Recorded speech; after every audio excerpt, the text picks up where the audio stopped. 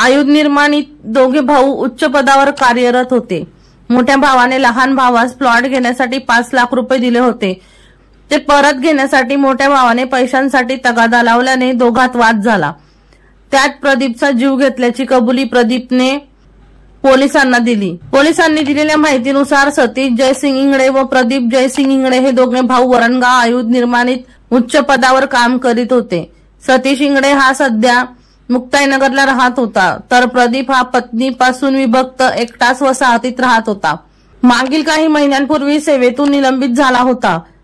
निर्माणीच्या मुख्य प्रवेशद्वारावर सुरक्षारक्षकांनी त्याची तपासणी केली असता त्याच्या मालकीच्या मोटरसायकलच्या हेडलाईट जवळील गाडी पुसण्याच्या कपड्यात बंदुकीच्या गोळ्या सापडल्याने त्याला अटक झालेली होती।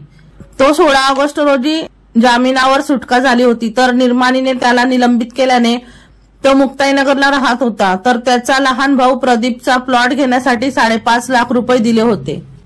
वर्षा लोहार यांचा रिपोर्ट V1 लाईव्ह जळगाव।